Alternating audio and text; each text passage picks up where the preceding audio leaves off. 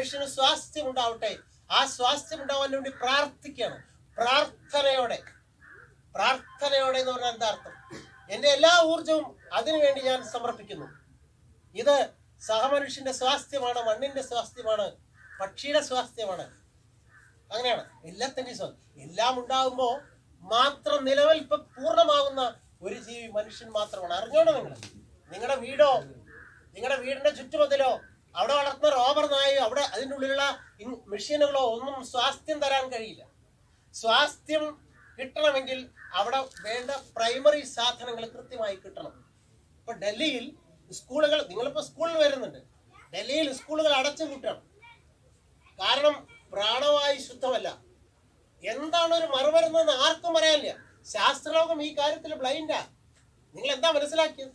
നിങ്ങൾ ഉദ്ദേശിക്കുന്ന ടെക്നോളജി അഥവാ ശാസ്ത്രം അഥവാ കണ്ടുപിടുത്തങ്ങൾ നിങ്ങളുടെ മൊബൈലിൽ ലോകം മുഴുവൻ ചുറ്റാമായിരിക്കും. പക്ഷേ ഒരിറ്റ് പ്രാണവായു തരാൻ അതിന് കഴിയില്ല, ഒരിറ്റ് ജീവജലം തരാൻ അതിന് കഴിയില്ല, ഒരിറ്റ് നല്ല ഭക്ഷണം തരാൻ അതിന് കഴിയില്ല. അപ്പോൾ അത്തരം വ്യവസ്ഥകൾ മനുഷ്യന് ഭാരമായി വരുമ്പോൾ ഇത്തരം തണുപ്പുള്ള ഇടങ്ങൾ കൂടി തേടി മനുഷ്യകുലം പോകുമ്പോൾ അത്തരം മനുഷ്യരെ വഴി കാട്ടുന്ന അദ്ദേഹം പോയിക്കോളൂ എന്ന് വഴി കാട്ടുന്നവരാണ് ഞങ്ങൾ ജൈവകർഷകർ. കഴിഞ്ഞ 30 വർഷമായി അവിടെ തന്നെയാണ് ഇത്തരം കൊയ്ത്തുത്സവങ്ങളും നടീലുത്സവങ്ങളും നടുന്നത്. പാടത്ത് മാത്രമല്ല, നിങ്ങളുടെ മനസ്സിൽ കൂടിയാണ് നടുന്നത്, നിങ്ങളുടെ മനസ്സിലാണ് നടുന്നത്. ഞങ്ങൾ ഒരുപാട് കൊയ്ത്തുത്സവങ്ങളും നടീലുത്സവങ്ങളും കൊല്ലത്തിൽ നടത്തുന്ന ആളുകളാണ്. അതിൻ്റെയൊക്കെ സർഗചേതന എന്താ വെച്ചാൽ ഒരു കുട്ടിയിൽ ഇത്തരം ഒരു സംസ്കാരം ഉണ്ടാവട്ടെ, നാളെ പ്രതീക്ഷയും പ്രത്യാശയും ഉണ്ടാവുന്ന ഒരു കുട്ടി മനസ്സുണ്ടാവട്ടെ എന്നുള്ളത്. അപ്പൊ ഞാൻ പറയുന്നത് ഇതൊന്നും നീങ്ങി നിൽക്കാൻ കഴിയാത്തൊരവസ്ഥ. ഇതിൽ വളരെ ഏറ്റവും പ്രധാനം ഇതാ നിങ്ങളുടെ മുന്നിലേക്ക്. ഞങ്ങൾ പണ്ടൊക്കെ ക്ലാസ് എടുക്കുമ്പോൾ നമ്മൾ പറയാം, ഇനി വരും, വായു ഇല്ലാത്ത കാലം വരും, അതുപോലെ വെള്ളമില്ലാത്ത അടുത്ത യുദ്ധം വെള്ളത്തിന് വേണ്ടിയാവും. പക്ഷെ വന്നു. ഇപ്പൊ അവസാനം പറഞ്ഞ ഗ്ലാസ്ഗോ ഉച്ചകോടി വരാം. കാലാവസ്ഥാ വ്യതിയാനം 2015 1 ഡിഗ്രി 2020 1 ഡിഗ്രി താപം കൂടും. അതുകൊണ്ട് 1980 കാലാവസ്ഥാ വ്യതിയാനത്തെ കുറിച്ച് ലോകം ചർച്ച ചെയ്യാൻ തുടങ്ങിയത്. 1982 234 ശാസ്ത്രജ്ഞന്മാരടങ്ങുന്ന IPCC inter government panel for climatic change എന്ന സംഘടന ഉണ്ടാവുന്നു. അവര് പറഞ്ഞു 2020 ശേഷം കഷ്ടമാണ് കാര്യം. ഇതുമാതിരി നിങ്ങളുടെ വണ്ടി ഓടുകയാണെങ്കിൽ, ഇതുമാതിരി നിങ്ങൾ ഫോസിൽ ഇന്ധനങ്ങൾ കത്തിക്കുകയാണെങ്കിൽ, ഇതുമാതിരി നിങ്ങൾ രാസകെമിക്കലുകൾ വലിച്ചെറിയുകയാണെങ്കിൽ അതുകൊണ്ട് ഇതിനൊക്കെ നിയന്ത്രണം വേണം. അങ്ങനെയുണ്ടല്ലോ, ഏത് വലിയ കുന്നാണെങ്കിലും കോരിയ തീരും. അതുപോലെ നമ്മൾ പ്രകൃതിയുടെ ഈ ഇത്തരം എന്താ പറയുക സർഗസംഗീതങ്ങൾ ഇല്ലാതാക്കുന്ന തരത്തിൽ എല്ലാവരുടെ പ്രവർത്തനം കൂടി ആകുമ്പോൾ ഭൂമിക്ക് താങ്ങാൻ കഴിയാതെ വരികയാണ്. അതുകൊണ്ട് നമ്മൾ ചില നിയന്ത്രണങ്ങൾ വെക്കണം. അങ്ങനെയാണ് 1992 ബ്രസീലിലെ റിയോ ഡി ജനീറോയിൽ ഉച്ചകോടി വരുന്നത്. ആ ഉച്ചകോടിയിൽ പറഞ്ഞത് എന്താ വെച്ചാൽ, നമ്മൾക്ക് കാർബൺ എമിഷൻ അഥവാ നമ്മൾ ഉപയോഗിക്കുന്ന സാധനങ്ങൾ, നിങ്ങളുടെ ഫ്രിഡ്ജ് മുതൽ നിങ്ങളുടെ മോട്ടോർ സൈക്കിൾ മുതൽ അന്തരീക്ഷത്തിൽ കാർബണിന്റെയും നൈട്രസ് ഓക്സൈഡിന്റെയും അളവ് കൂടിയാൽ അന്തരീക്ഷ താപം കൂടിയാൽ പ്രാണവായുവിന്റെ അളവ് കുറയും. അങ്ങനെ കൂടി വന്നാൽ വിളകളില്ലാതെയാവും, ഭക്ഷണത്തിന് ക്ഷാമം വരും. ഇതിനൊന്നും ആൾട്ടർനേറ്റീവ് ആർക്കും പറയാം. അതുകൊണ്ട് ദയവായി ലോകരാജ്യങ്ങളെ നിങ്ങളെല്ലാവരും വരിക, വന്നിട്ട് നിങ്ങളുടെ എല്ലാം ഇത്ര ഭോഗ ജീവിതത്തിൽ നിന്ന് പിന്നാക്കം മടങ്ങാം, ലളിത ജീവിതത്തിലേക്ക് വരാം. അങ്ങനെയാണെങ്കിൽ ഭോഗ ജീവിതം നയിക്കുന്നവർ ലളിത ജീവിതം നയിക്കുന്ന രാജ്യങ്ങൾക്ക് 1000 കോടി സഹായമായിട്ട് കൊടുക്കണം. എല്ലാവരും തീരുമാനമൊക്കെ എടുത്തു പോയി.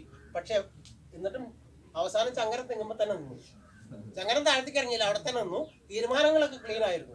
2015 പാരീസ് ഉച്ചകോടി വരുമ്പോൾ നമ്മൾ കേൾക്കുന്നത് എന്താ വെച്ചെങ്കിൽ 2030 ആവുമ്പോഴെങ്കിലും നമ്മള് അന്തരീക്ഷ കാർബൺ കുറയ്ക്കണം, അല്ലെങ്കിൽ മാർഗമില്ല. ഇപ്പൊ ഗ്ലാസ്ഗോ ഉച്ചകോടിയിൽ തീരുമാനിച്ചത് എന്താ വെച്ചാൽ 2015 പാരീസ് ഉടമ്പടിയിൽ എന്താണോ തീരുമാനിച്ചത് ആ കാര്യം നടപ്പിലാക്കണം എന്നാ 6 കൊല്ലം കൂടി കഴിഞ്ഞിട്ട് നമ്മൾ തീരുമാനിച്ചത്. ഒന്ന് കേൾക്കണം, ഇതും കൂടി നമ്മൾ കേട്ടണം, എന്നിട്ട് വേണം കാലാവസ്ഥാ വ്യതിയാനം കൃഷിയും പറയാം. ഒന്ന്, നമ്മള് 2030 ആകുമ്പോഴേക്കും ഇപ്പോഴുള്ള ഹരിതഗൃഹവാഹനങ്ങൾ 5 എണ്ണം അതിന്റെ പുറന്തള്ളലിൽ 45% കുറവ് വരുത്തും. അപ്പൊ അതിനെപ്പറ്റി നിങ്ങൾ അറിയണം. അതായത് നിങ്ങൾ ഇത്തരം ഹരിതഗൃഹങ്ങൾ അന്വേഷിച്ചു വരുമ്പോ ഇവിടെ നിങ്ങളുടെ ജീവിതം കൊണ്ട് ആർക്കും പോറലേൽക്കില്ല. കൃഷ്ണകുമാരോ ദിലീപോ എത്ര കാലം ജീവിച്ചാലും ആർക്കും കുഴപ്പമില്ല. നിങ്ങളിവിടെ AC വെച്ച്, നിങ്ങളിവിടെ കാണാവുന്ന എല്ലാ സൗകര്യങ്ങളും വെച്ച് ജീവിക്കുമ്പോൾ ഓരോ സെക്കൻഡ് ഭൂമിക്ക് ഭാരം കൂടുക. നിങ്ങൾ ആലോചിച്ചു എത്ര ശുദ്ധമായ പ്രാണവായു വരുന്നു. ഒരു തടസ്സമില്ല. ഇവിടെ 1000 കൊല്ലം ഇനിയും ജനതയ്ക്ക് ജീവിക്കാമെന്ന് തുറന്നിട്ട ജാലകങ്ങളാണ്. ഒരടപ്പുകൾ പോലുമില്ല. പക്ഷെ ഇത് മുഴുവൻ അടച്ചുപൂട്ടി ഉള്ളിലെ ചൂടൊഴിവാക്കാൻ നിങ്ങൾ AC ഫിറ്റ് ചെയ്യുമ്പോൾ അതിന്ന് പുറത്തേക്ക് വരുന്ന CFC ക്ലോറോഫ്ലോറോ കാർബൺ അന്തരീക്ഷത്തിന്റെ ചൂട് വർദ്ധിപ്പിക്കുന്നു. നിങ്ങൾ അറിയേണ്ട 1850 അന്തരീക്ഷ carbon 250 ppm parts per million ആണെങ്കിൽ ഇപ്പോ 2020 കണക്ക് പറയുന്നത് 425 ppm ആയിരിക്കുന്നു. അന്തരീക്ഷത്തിൽ കാർബൺ കൂടിയാൽ മക്കളെ അറിയണം, ചൂടിനവിടെ പിടിച്ചു വെക്കും. കാർബൺ ഉണ്ടായതുകൊണ്ടാണ് ചൂടുപടം ഉണ്ടായത്, ഭൂമി ഇങ്ങനെ ഗ്രഹമായത്. പക്ഷെ അത് കൂടിയാൽ അധികമായാൽ അമൃതം വിഷം. അപ്പോൾ കൂടിയാൽ ചൂട് പിടിച്ചു വെക്കും. ഇപ്പൊ തന്നെ അറിയേണ്ടത് യൂറോപ്പിൽ 50 ഡിഗ്രി സെൽഷ്യസ് താപം, അന്തരീക്ഷ താപം വരുന്ന ദിവസങ്ങൾ 2015 വരെ 14 ദിവസമാണെങ്കിൽ 2020 കണക്കൂട്ടുമ്പോൾ 26 ദിവസമായിരിക്കുന്നു. അതിന്റെ അർത്ഥം അടുത്ത കൊല്ലം മുതൽ യൂറോപ്പിൽ ഒരു മാസം 50 ഡിഗ്രി സെൽഷ്യസ് താപം വരും. പുറത്തേക്ക് ഇറങ്ങിയാൽ മേല് സൂര്യാഘാതം വരും, ഉള്ളിൽ തിരിച്ചു കയറും. പിന്നെ തിരിച്ചു കയറിയ വേറെ എവിടേക്കാ പോകാന്ന് ചോദിച്ചാൽ വേറെ എവിടേക്ക് പോകാൻ. അതാ ഭൂമി. ഒരു ഭൂമിയാണ് നിങ്ങൾക്ക് ജീവിക്കാൻ. ഇത് കേടുവന്നാൽ വേറെ എവിടേക്കാ പോവാ. നിങ്ങളെ കാര്യം ചെയ്യും, ഇവിടെ മഴ ഉണ്ടാ അവിടേക്ക് പോവാം. അത് കഴിഞ്ഞാൽ അടുത്ത വീട്ടുകാരോട് പറയാം കുറച്ചു നേരം ഇവിടെ ഉണ്ട്. പക്ഷെ ഇവിടെ എല്ലായിടത്തും മഴ പെയ്യുകയാണെങ്കിൽ എവിടേക്കാ പോവാ. ഇതാണ് ഭൂമിയുടെ പ്രശ്നം. ഇതൊരാൾക്കും ഒരു ശാസ്ത്രത്തിനും കൃത്യമായ പരിഹാരം പറയാത്ത. അതുകൊണ്ടാണ് അവർ പറഞ്ഞത്, അല്ലെങ്കിൽ ഇതിന്റെ പരിഹാരം വെച്ചാൽ മതിയല്ലോ. ഇപ്പോൾ 800 ചില ശാസ്ത്രജ്ഞന്മാരെ UNOയിലേക്ക് ഇതിനു വേണ്ടി പഠനം നടത്തുന്നത്. അവരാരും മോശക്കാരായിട്ടല്ല. അവർക്ക് കൃത്യമായി അവർ പറയുന്നത് നിങ്ങളുടെ ജീവിതം ലളിതമാക്കുക, ഫോസിൽ എന്തെങ്കിലും കുറയ്ക്കുക, ഫോറസ്റ്റേഷൻ അതായത് കാടുകൾ വെട്ടി നശിക്കുന്നത് ഇല്ലാതാക്കുക. 60 വർഷമായിട്ട് 40% കാട് നശിച്ച സംസ്ഥാനമാണ് നമ്മുടെ. അപ്പോൾ ഒരു മരത്തല നടുമ്പോൾ പൊന്നുകുട്ടികളെ ഓർക്കുക, നിങ്ങൾ പ്രാണവായുവിന്റെ വക്താക്കളാവണം. അവിടെയാണ് ആത്മീയത കൂടി ചേരേണ്ടത്. അമ്പലത്തിൽ പോയ 1000 മുട്ടിയിട്ടും നിങ്ങളുടെ പ്രൈവറ്റ് കാര്യം പറഞ്ഞിട്ട് ഭൂമിക്ക് ഒരു ഗുണമില്ല.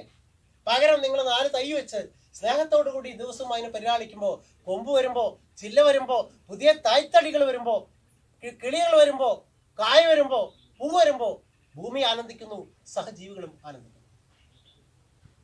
മനസ്സിലായി? അപ്പൊ ഞാൻ പറയുന്നത് വീണ്ടും നമുക്ക് റിയോ ഡി ജനീറോ പറയുന്നത് 2050 നമ്മുടെ കാർബൺ എമിഷൻ ന്യൂട്രൽ ആക്കണം. അതാണ് ഇപ്പൊ അവസാനം ഗ്ലാസ്കോ പറഞ്ഞത്.